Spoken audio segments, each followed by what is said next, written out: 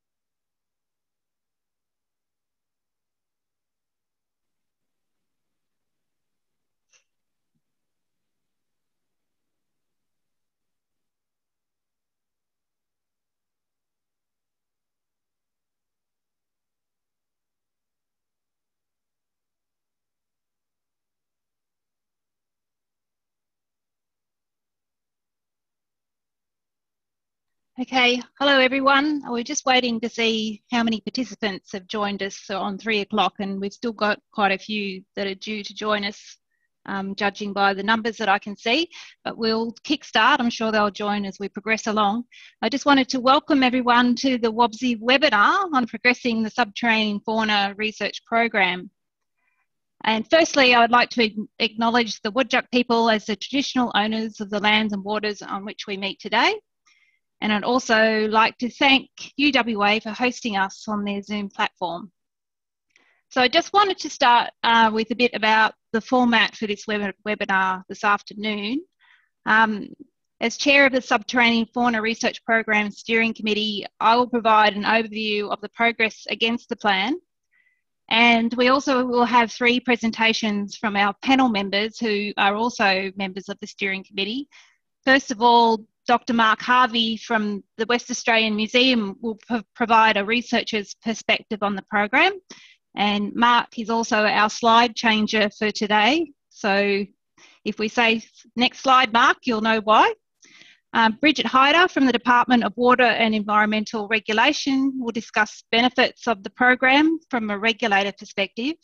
And Bronwyn Bell from the Chamber of Minerals and Energy will discuss the benefits from an industry perspective. And then we'll open to questions, and we ask you to post your questions on the Q&A section of the Zoom page. And following the webinar, an email will be sent with access to slides and a recording of the presentation in case you want to review anything. So I can't see anyone. I assume that everyone can hear me okay. So we'll just kickstart the presentation for this afternoon. And you should be able to see the first slide there, the cover slide. And as I said, we're talking about specifically today about the progress against the Subterranean Fauna Research Program. So I'm hoping that most of you have seen this and will know basically the content of what's in that plan, because we won't be going into any details today, but you can access that on the a link on the WABSI website. So I guess in 2017, when I was seconded to the West Australian Biodiversity Science Institute, one of the early things that I was tasked with, and indeed WABSI was tasked with, was to develop a coordinated statewide research program to improve on the current state of knowledge of subterranean fauna. And this program is now being implemented under the guidance of the Subterranean Fauna Research Program Steering Committee. And we have projects that are underway under each of the core focus areas that were identified during the workshopping process. The initial focus for us has been identifying quick win short-term projects, and with the aim to leverage from the success of these to commence addressing the more complex long-term and resource demanding issues. So today we provide an overview of progress towards the implementation of this research program, and we also highlight the benefits it provides to multiple stakeholders. Next slide, thanks Mark.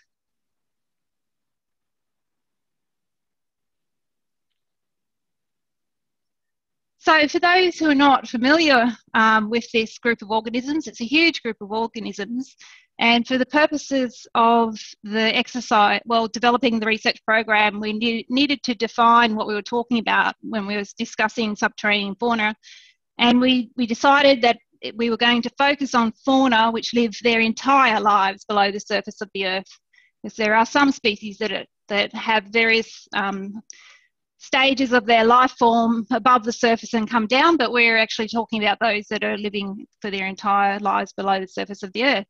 And by and large, most of these organisms are invertebrates, and they form kind of two large groups. One is the aquatic group, which lives in the groundwater, we call stygofauna, and those that are air breathing, they're above the water table but below the surface of the ground, are called troglofauna.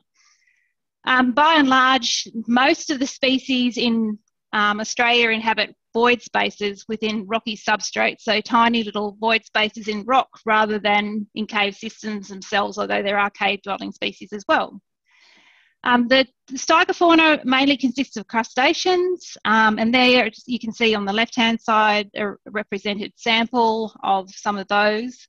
And then the troglofauna represent a wide variety of taxonomic groups, and you can see a representative example of those on the right-hand side.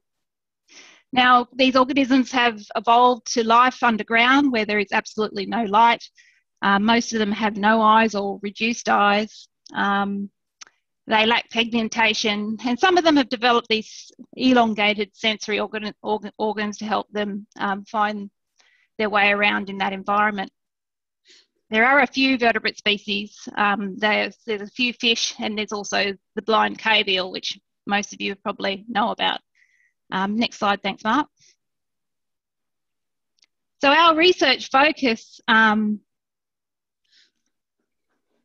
was really, we were looking at what was known in the first instance in terms of these organisms, and we found that it is a relatively new area of research. And on the right-hand side there, you can see a graph that I pulled off Google Scholar that just shows you how over time there's been quite an exponential growth in the number of studies. These are published studies on subterranean, focusing on subterranean fauna. And the research to date has really focused on the taxonomy and systematics of the species. There's been a focus on phylogenetics and phylogeography, and also a focus on sampling techniques. But by and large, we know very little about the general biology and ecology of these organisms. In Western Australia, there is a high overlap. There's an overlap with high faunal diversity and mining areas such as the Pilbara and Yilgarn region. And we've discovered that assessments of impact have been hindered by major knowledge gaps. So it's very difficult to understand what impacts, how subterranean fauna are impacted by the various impacts such as mining developments, for instance, and which makes it difficult to make decisions about, I guess, conservation initiatives and whether development proposals should go ahead. We know that they have narrow ranges. There's a high level of local endemism, and they're poor dispersers, and those things combined, as well as their adaptations to a low energy environment, probably make them quite vulnerable to local impacts. Next slide. So quickly, just a bit about the program development. We took a transdisciplinary approach to balance the needs of a diverse range of stakeholders. There was a workshop process that went on. We had 3 workshops in total. The first workshop brought together end users to identify knowledge gaps around subterranean fauna that challenged decision making. The second workshop brought in a group of experts to help define research projects to address these knowledge gaps. And the third workshop brought everyone back together to discuss if we had actually covered off on all those knowledge gaps that were identified in the first workshop, and to develop a conceptual research framework. And once we went through that exercise, the next step was to prepare the research program plan and undertake a benefits analysis. Next slide, thanks, Mark. So we had our common goal or shared vision, and that was to dramatically improve assessments of the impacts of resource developments and threat mitigation strategies on subterranean fauna by transforming our knowledge of patterns and processes in subterranean ecosystems. And there's a clear outcome there, which I'll let you read yourselves. When we went through the workshopping process, there was a clear consensus on 5 broad focus areas to address. So briefly, the first focus area was around species delineation. We know that there's a high rate of species discovery, yet very few taxa have been formally named. We also know that there's a high level of cryptic diversity, so these species can be difficult to separate morphologically. And even with DNA barcoding, there is considerable genetic variation within species, and that differs among taxonomic groups. So there can be a little bit of confusion about how much genetic variation do you need to actually separate two individual organisms. The first project that we developed up was aimed, well, in each of these slides, that statement in bold is our objective for each of the focus areas. And we then sought projects to address each of those objectives. And the first one is around informing the conservation with a complete taxonomy of Pilbara subterranean invertebrates. So it's a massive project, and it was designed to be completed in stages, with focusing on successive taxonomic groups as funds became available. There are 2 postdoctoral positions at the moment, one focusing on pseudoscorpions and the second one focuses on amphipods. But we are seeking additional resources to fund another postdoctoral position to be based at the WA Museum. I won't talk about this too much because Mark's going to elaborate on that project a bit later on. Next slide, thanks, Mark.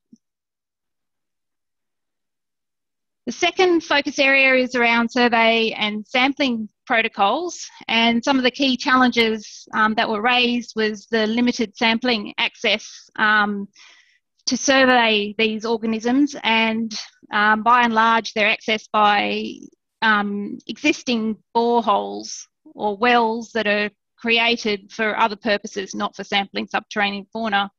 And some of these holes may in fact not even intersect their suitable habitat.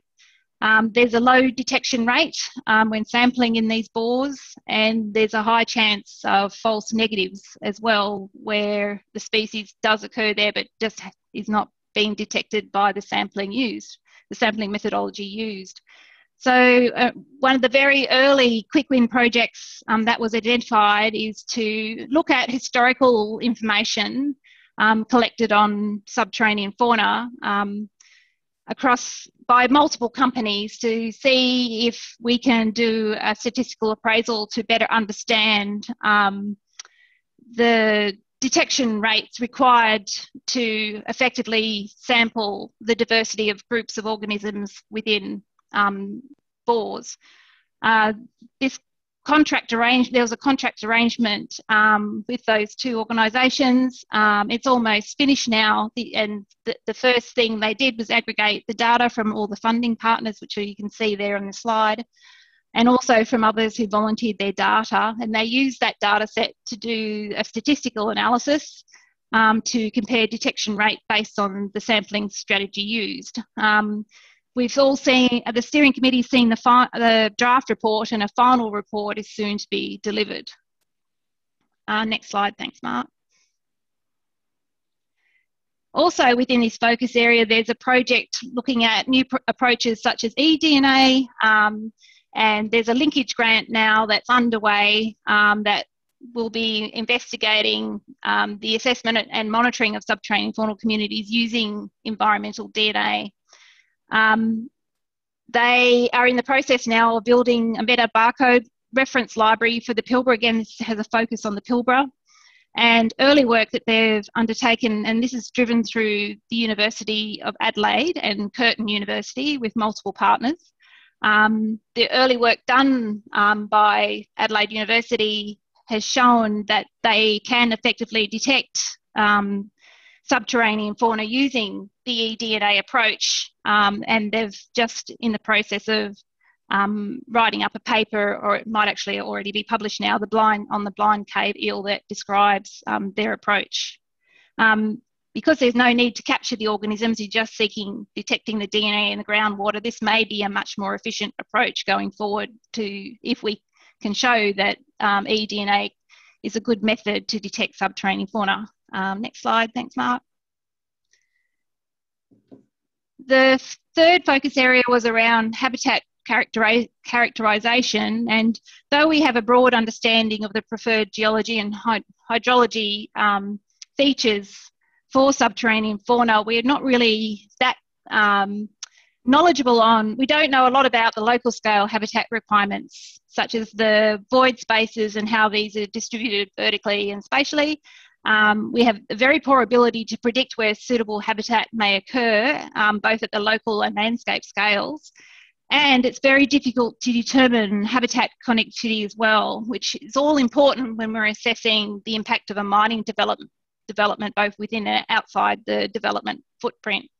So this project here came about through an ARC Industrial Transformation Training Centre to investigate whether we could effectively model suitable habitat for subterranean fauna in a 3D context using existing geophysical and geological information collected for minerals exploration, and that will be the focus of that PhD project.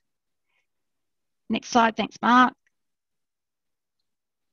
The next one is around resilience to disturbance, and we also linked to the survey review project, we obtained funds to continue that on to capture monitoring data that's being collected post-mining commencement. And we want to see if this data will help us to understand the resilience of subterranean fauna to changes in their habitat due to mining operations. So that will be, again, reviewing historic information, and we will be hopefully putting that out for tender very soon. Okay, next slide, thanks Mark. And this is my final slide, and focus area 5, I think just about every workshop I've been to, data sharing comes up as a key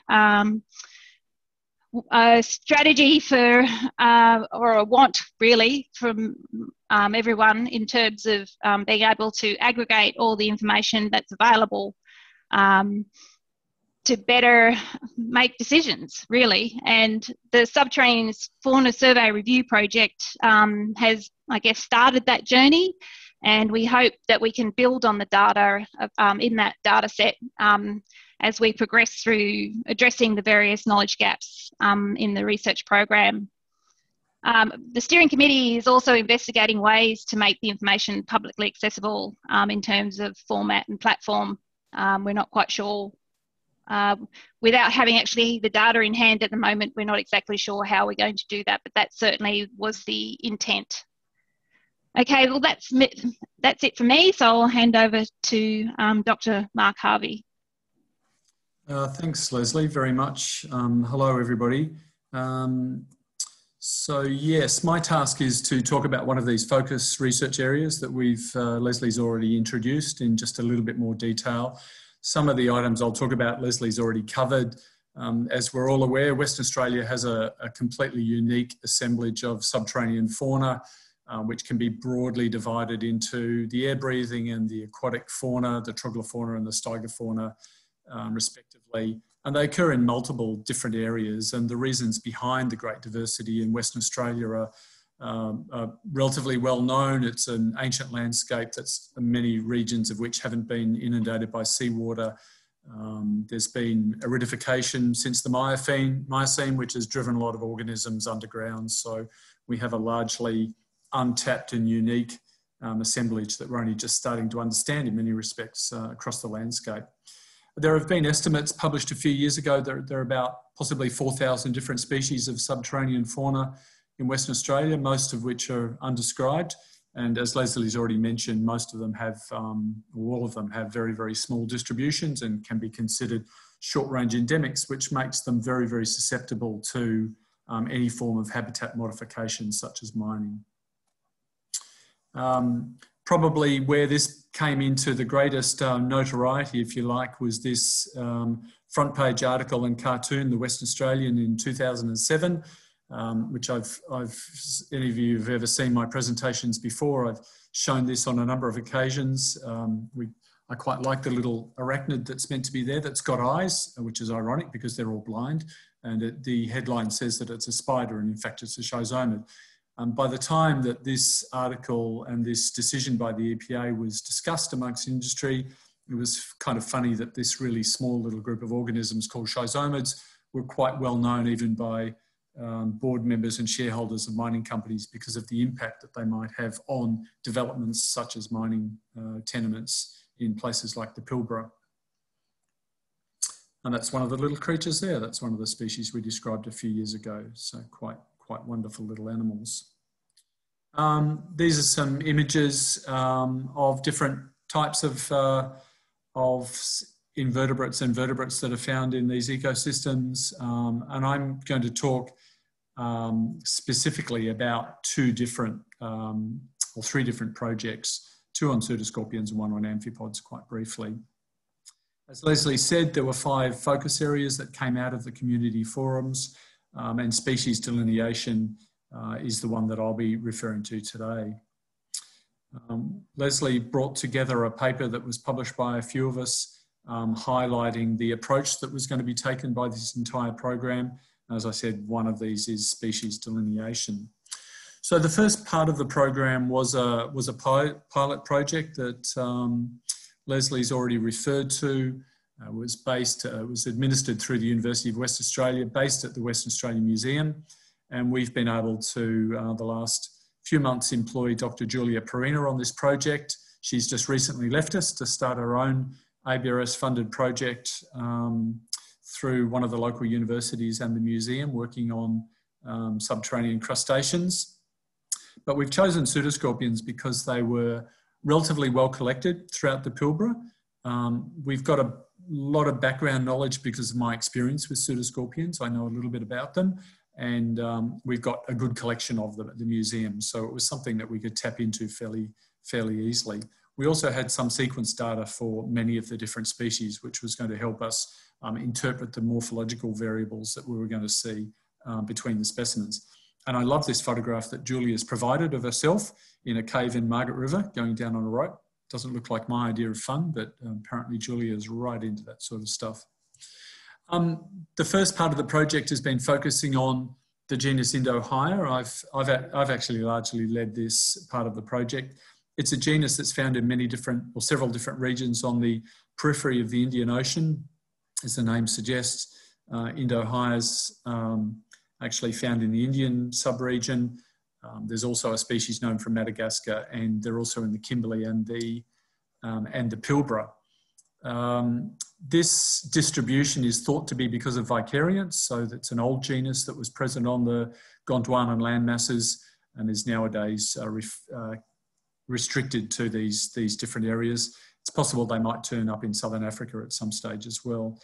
The images down the bottom show a couple of different subterranean species from the Pilbara. And the image to the left is actually a Cretaceous Amber fossil of the only other genus of the family, the genus Hya, which is found throughout Southeast Asia. But we have a Cretaceous Amber fossil from Burmese amber, which is dated at about 100 million years old, which I can virtually not tell apart from the modern representatives. So these are very, very old genera that have been sort of staying in place in these land masses for a very, very long time, since the Cretaceous, the Mesozoic. So it's not surprising that they're morphologically conserved and quite ancient. We do have a Co1 Phylogeny, which I've demonstrated here. You'll be quizzed on this afterwards for any details. No, you won't be quizzed. We've also got other gen fragments as well, but this is just the CO1 data. So the outcome from the project, I won't go into the details. We do have 2 species that have been previously described from Cape Range to the west of the study area. But from within the Pilbara, we now recognise 23 discrete species, plus 3 epigean species, 3 species that occur on the surface in leaf litter and under rocks that still retain eyes. But the 23 new species, undescribed species that are recognised from the Pilbara are all subterranean endemics. They're all blind.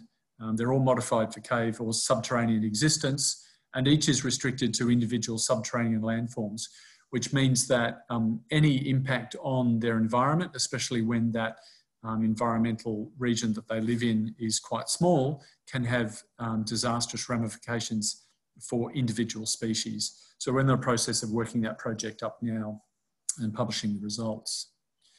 The part of the project that Julia's been concentrating on has been another genus that's quite abundant throughout the Pilbara and subterranean ecosystems. Belongs to a different family called Cyrinidae. It belongs to the genus Idioblothras. The map at the top here shows all of the type localities of the named species of Idioblothras, and you can see they're found throughout the tropics, mostly in tropical forest leaf litter, although a few species do occur in caves. They even occur in far-flung places like the Galapagos. I've always been perplexed as to why it's got such a broad distribution, and it's quite possible that there might be a little bit of dispersal involved, but I think it's probably just another very, very ancient group that's extremely old and hasn't diversified. It hasn't morphologically changed much since the Mesozoic, but nowadays lives in tropical ecosystems. Julia's work has, in the Pilbara region, has uncovered 22 subterranean species of Idioblothras. You can see a distribution map there showing the ranges of different species. The little grey ones aren't in fact a single species. They're specimens that we've been unable to identify at a species level through lack of adults or lack of sequence data.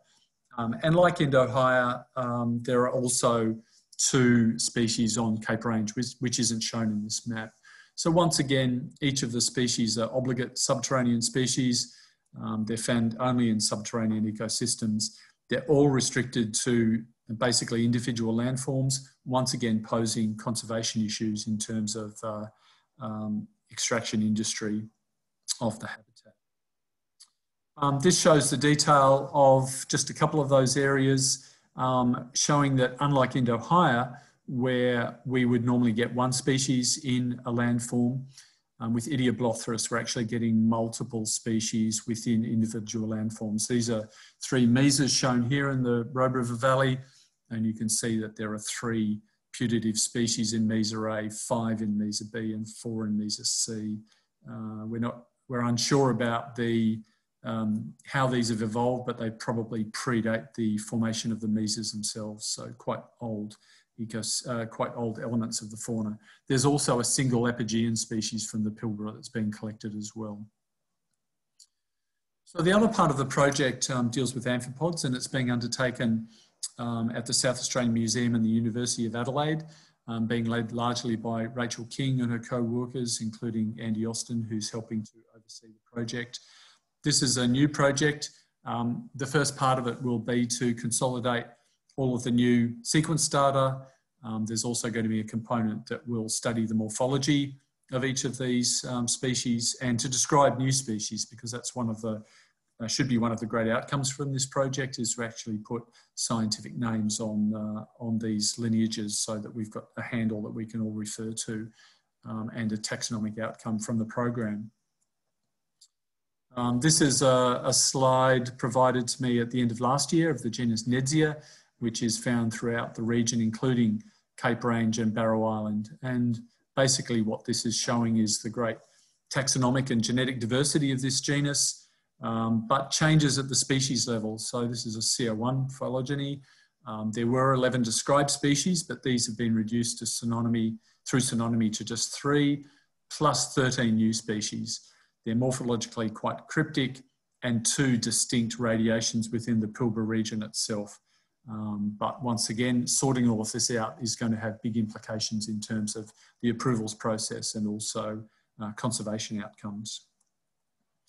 So the impact of this program is just a better understanding of the diversity of subterranean organisms in Western Australia and their distribution, where they occur in the landscape.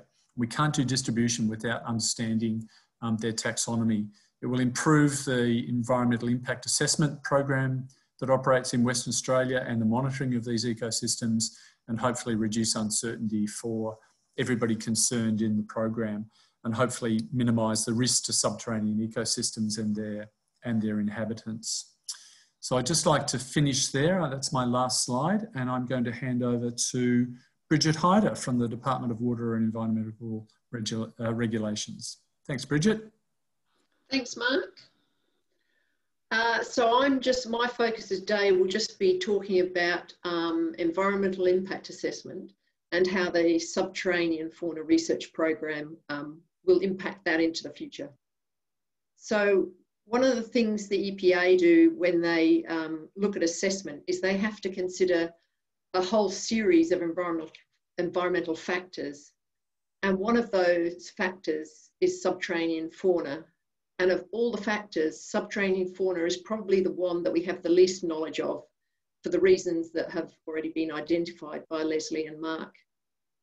And you'll see there that the EPA's objective is that they have to assess the projects against, is to protect subterranean fauna so that biological diversity and ecological integrity are maintained.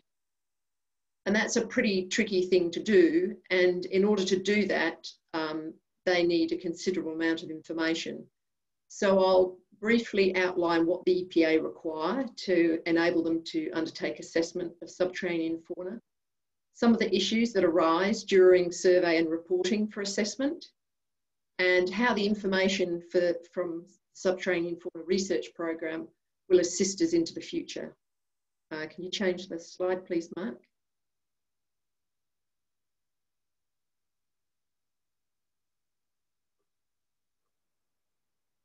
Okay, so what do the EPA need when they're making informed decisions, or to enable them to make informed decisions?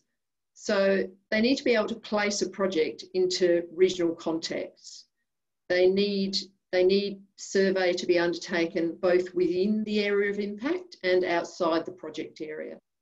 And they also need analysis and reporting of results. And that should include things like mapping survey effort, lists of species, maps of species delineation, distribution, and identifying any species that might be significant because they're short-range endemics. And they also need to be able to provide a prediction of the impacts. In addition to that, there's also a need for policy, and the policy needs to reflect contemporary best practice, which is really important. And we need to ensure that surveys focus to better inform assessment and answering those questions that are needed for decision makers. And it's important that both specimens and any data are offered to the WA Museum to lodge, and that data is consolidated and made publicly available. Mark, if you can do the next one, please. So the rationale behind it is that the knowledge and level of uncertainty determine the likely level of confidence in any predictions that are being made for decision makers. So where there's a really low evidence base and there's a high level of uncertainty, and if there's even enough information for the EPA to make a recommendation, then it's more than likely to include a requirement for prescriptive conditions, monitoring and offsets. Where we increase the amount of knowledge available, then we can have greater certainty in the predictions that are being made through assessment. And this will generally reduce the need for detailed conditions and may reduce the need for monitoring and offsets. So Mark, if you can do the next one, please. So what are some of the issues that arise? And this bar graph just shows what's happened over the last year and a half in some of the reports that we've reviewed on behalf of the EPA. So there's a number of issues. There might be inadequate survey, and often that might relate to insufficient sampling, particularly in relation to reference areas. So while there might be adequate survey undertaken within the area of impact, there isn't adequate information outside. There's been no survey work done outside, and without that, we can't actually look at how significant any impacts are on the species identified inside. The other thing in relation to habitat is sometimes the conclusions aren't supported with adequate evidence. There might be some, but there's just limited information where it's important for us to have drill hole data, geological cross-sections, mapping to identify any potential barriers, and a suite of other things and specific information that can help us assess and demonstrate the level of habitat connectivity. The other thing is the difficulties with specimen identification, and these have already been flagged, particularly by Mark, where new taxa are frequently being found. So many specimens haven't been described previously, or specimens are collected at the wrong stage in their life cycle, so people can't identify them. Mark, the next slide, please. So in terms of closing the gap, the 5 focus areas that were identified as part of the research program are all directly related to addressing the knowledge gaps that arise in environmental impact assessment. So in terms of species delineation, as Mark outlined, this will really improve the ability to resolve specimen identifications and improve our understanding of species distributions. And work on the survey and sampling protocols will improve survey effectiveness and efficiency, and by doing so, it will provide some standardisation or better standardisation to enable comparison across sites into the future. And the habitat characterisation will improve our understanding of habitat, which will assist our ability to predict distributions and habitat extent. And understanding subterranean fauna resilience to disturbance, this could contribute to our understanding of how subterranean fauna respond to disturbance and how we can manage this post-assessment. And data consolidation, as I said before, this is critical to support assessment and provide more confidence in decisions into the future. And the outcomes of these focus areas, in particular survey and sampling protocols and species delineation, can be used to inform future revisions of the EPA technical guides. Next slide, please, Mark. So in summary, it will result, as this information comes to hand and it improves, it's going to result in more timely decision making and give people greater confidence, both in terms of conservation of species, but also in having assessments put through. It's going to provide greater consistency between projects. The improved availability of information will benefit future projects, and environmental outcomes for subterranean fauna should be enhanced significantly. The other thing I just wanted to mention briefly is the little diagram here is of the EPA's latest draft guidance for subterranean fauna survey. And that will be coming out in draft next week for public comment. So if people go to the EPA's consultation website, it'll be available there. And that has used up-to-date information, but we're assuming that in future, as more information comes out of these projects, we will again update that, and that will improve in future. That's it. Thanks, Mark. Over to you, Bronwyn. Thanks for that, Bridget. So, Mark, if you can go to the next slide. So I work at the Chamber of Minerals and Energy. So for a little bit of context as to why I'm here as an industry representative. So we're a member-based organisation, and our members are mining companies and exploration companies largely. So and then also associated companies that provide services into the resources sector. We have about 200 members based in WA, and collectively those companies produce about 95% of all of the mineral resources that are produced in WA.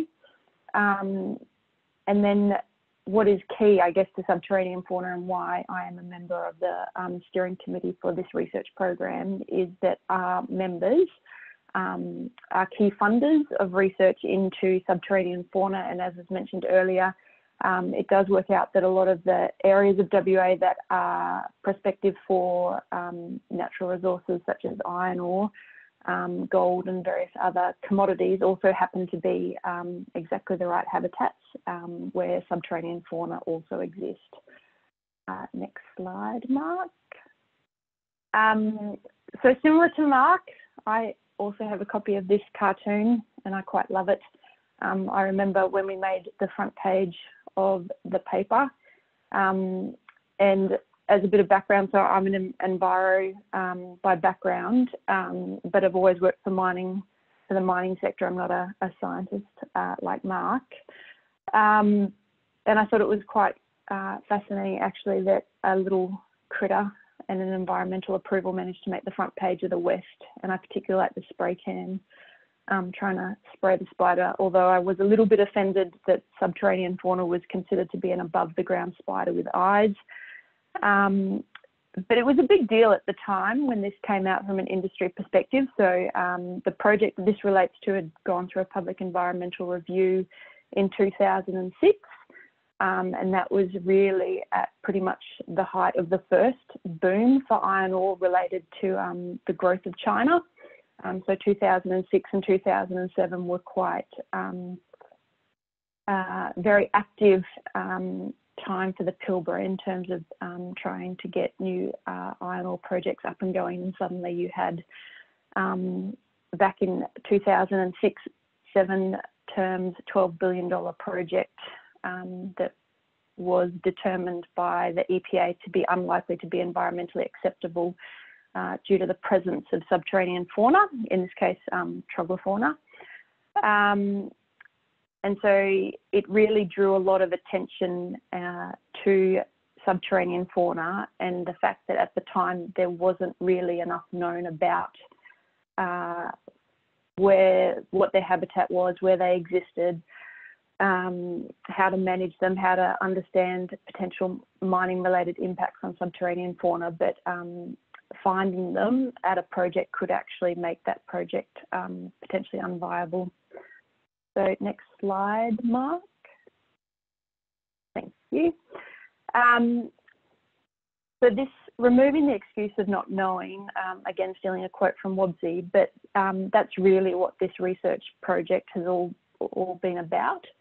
And it really was a wicked problem that we needed to solve. And so what was happening, and so this is going back 10, 15 years, back in 2006, 7, say, projects would do the exploration, and as part of exploration you have to drill holes.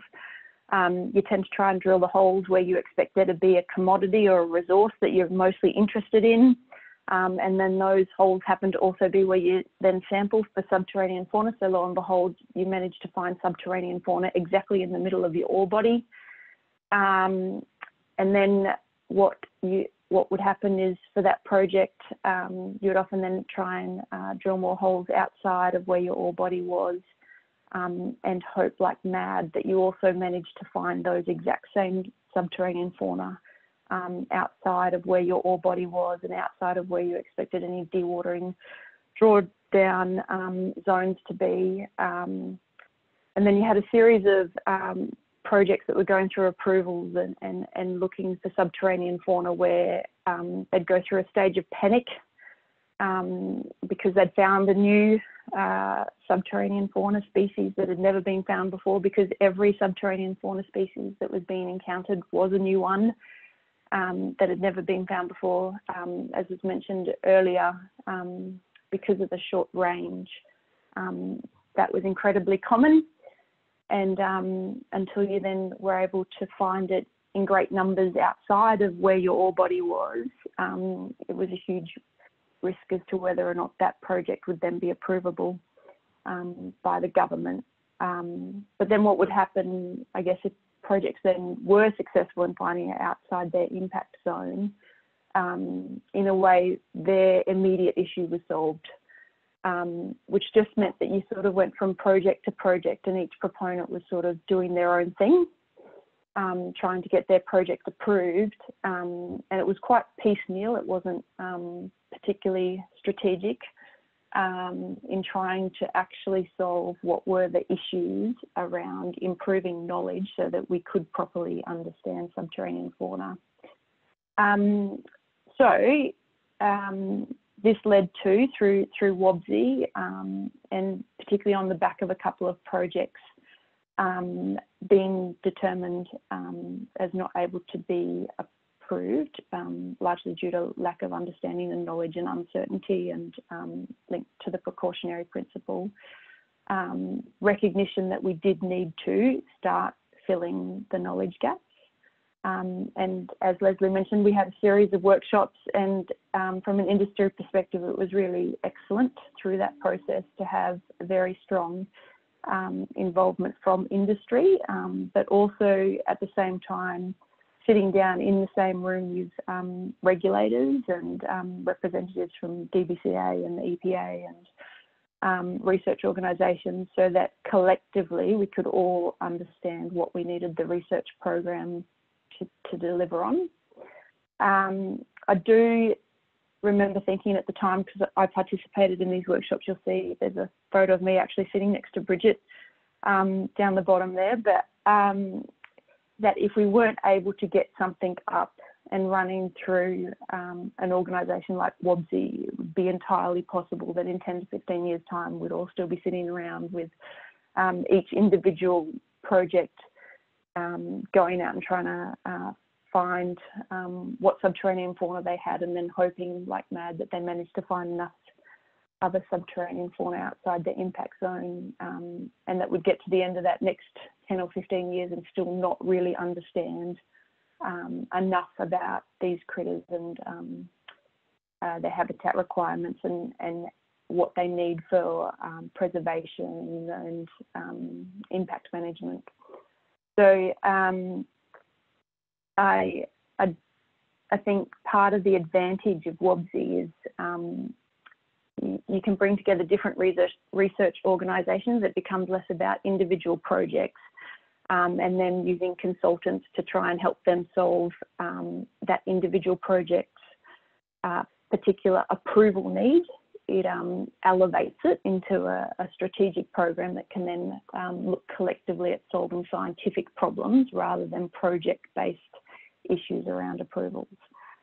And I think the other big advantage of what this model helped achieve was really within industry, a bit of a change in how industry dealt with environmental data. So historically, you'd have bits of data that would be collected as part of impact assessment by different projects that would then either be housed by that company or by a particular consultant, say, that had done that work.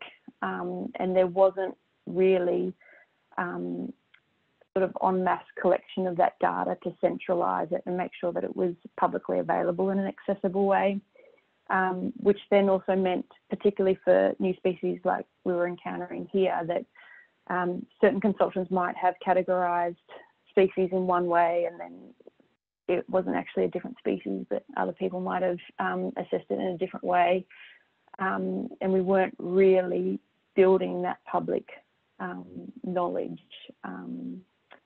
So this program, I think, really has helped change that culture. And I think through WABSI, their work around the Index of Biodiversity Survey assessment information, and trying to make sure that all that baseline information is actually collected and made publicly available has been a really important outcome out of this process. Next slide, Mark.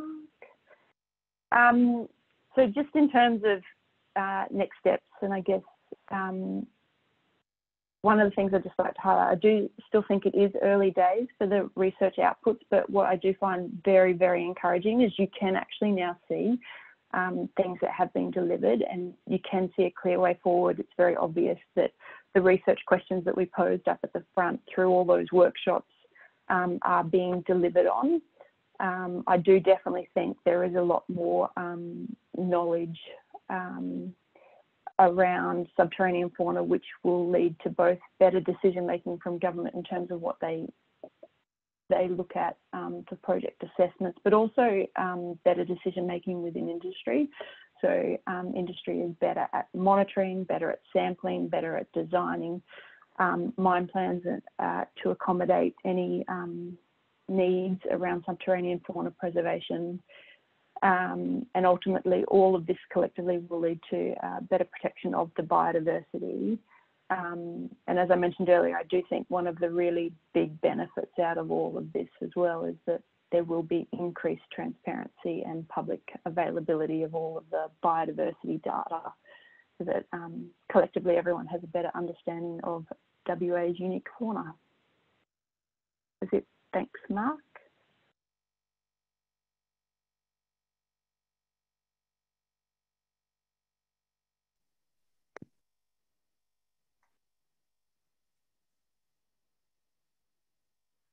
Okay, sorry everyone, I was just trying to get myself back online.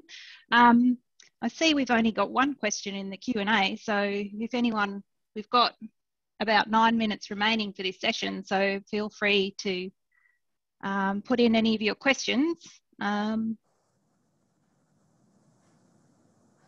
Leslie, I answered a question that maybe it didn't go to everybody, I'm not sure. It's a question about how long eDNA is going to last in an ecosystem, and I didn't know the answer to that, but I was hoping that maybe the ARC eDNA project might address that as part of its outcomes as well. We do know that DNA does fragment and degrade over time in groundwater and other ecosystems, but I'm not sure what the duration might be. Yeah, I mean, that is an important question and needs to be addressed, and it probably differs for different, maybe even individual animals. I don't really know, it's not my area of expertise. Certainly maybe amongst the taxonomic groups, there's a difference in terms of how long it lasts in the water, but that'll be a critical component, one of the first steps that would be tested in these projects, examining the use of eDNA for all sorts of organisms, would be my thinking around that. There's the one question. Firstly, it's thanking everyone. I assume everyone can see this question. The 3D model I mentioned, would that include stygofaunal habitats too, such as aquifers, or is it restricted to above water table habitats? The answer is, well, I guess I can answer that one from that yes, it will also include stygofaunal habitats. So it's the characterization of subterranean fauna habitat is very tricky because of obviously there's that complexity, the added 3D complexity to it. And we'll be looking at a whole range of available data and imagery, that including potentially downhole imagery and those sorts of things, to try and characterize the habitat. There's already been a lot of progress made in this space using a software that I've heard about a lot called Leapfrog, which is based on developing up hydrological models. So definitely the aim would be to to describe the habitat for both stygofauna and troglofauna, and we'll just have to see how we go, because I think it's going to be quite a challenging project. But the PhD student is sitting in at UWA, well, she's actually in South America at the moment, but we're hoping to bring her over soon, and she'll be based at UWA, sitting with whatever the school's called, or the department that, I think it's geological sciences or something like that. So there'll be a very large multidisciplinary team that will be looking at hydrological modelling as well as other types of modelling to try and address, well, not really address, but to characterise the habitat, as well as also understanding the distribution of the organisms themselves overlaid on that. Well, another question's popped in. Does the new guidance, this is probably for you, Bridget, does the new guidance take in consideration learnings from the WABSI sampling efficiency draft?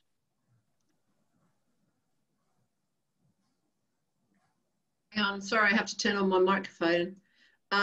Yes, it does take into consideration some of them, but we were still waiting for the final report, so not necessarily everything that's in there.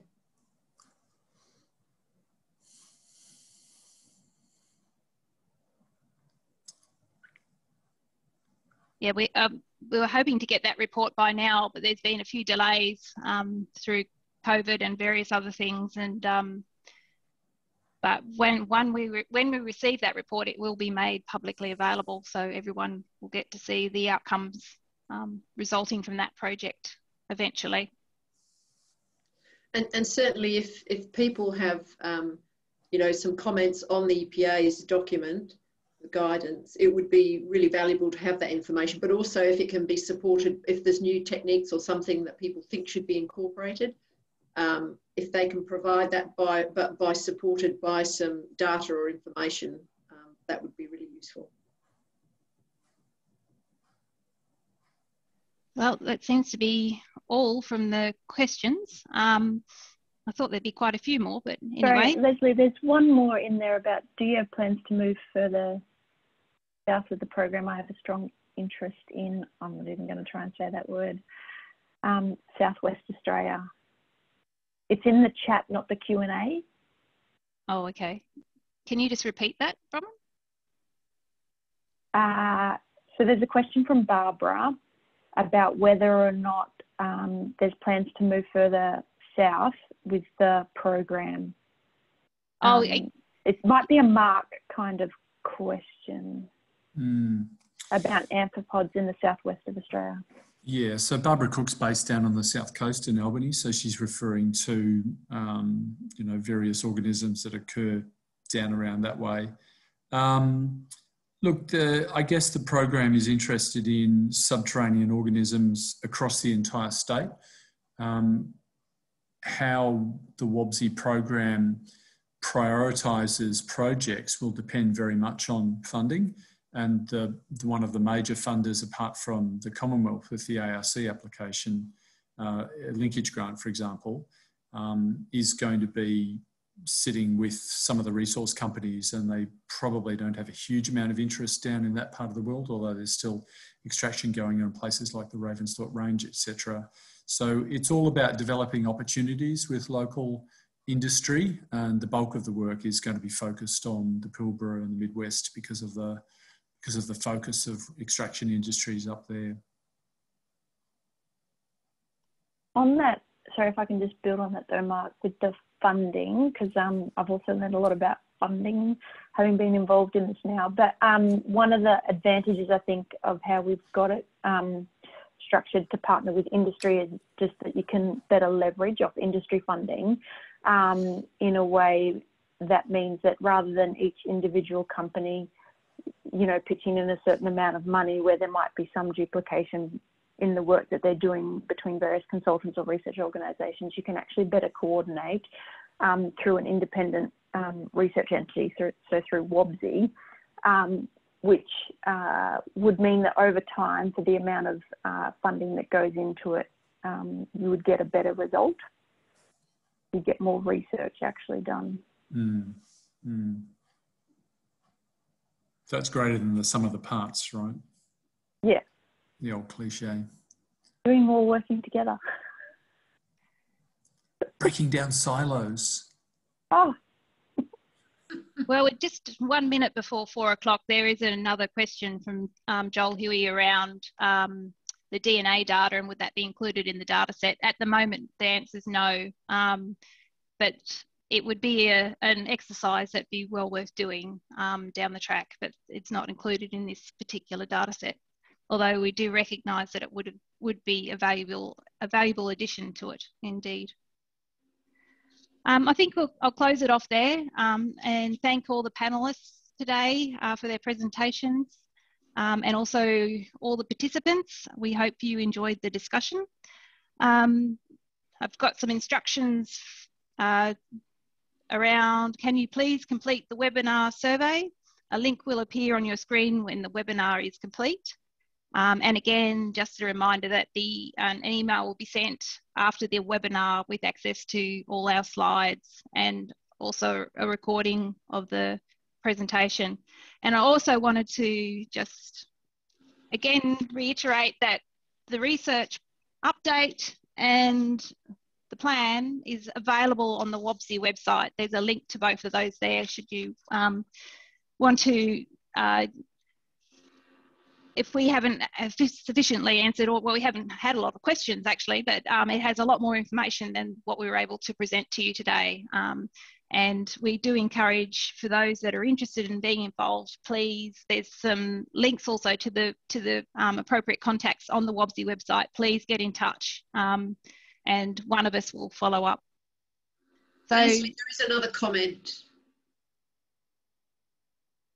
There is another comment, an anonymous one. It would be great if the draft guidance comes out for the review with the sampling efficiency paper. Yeah, well, the draft guidance is an EPA report, obviously, and that is going out next week. I think it's the second Wednesday or Thursday next week that's going out. So, yeah, I don't think the sampling efficiency paper will be finalised by then because you haven't received the final version, have you? No, I was expecting to get it before the webinar actually, but the one of the ladies who's doing the stats analysis was unwell and she couldn't finish the final bit of analysis that she wanted to contribute to it. But we'll get it any day now, which will be really good. And the EPA's guidance will be out for 6 weeks for comment. So you've got 6 weeks within which to review it, and you never know, the paper might come out in that time.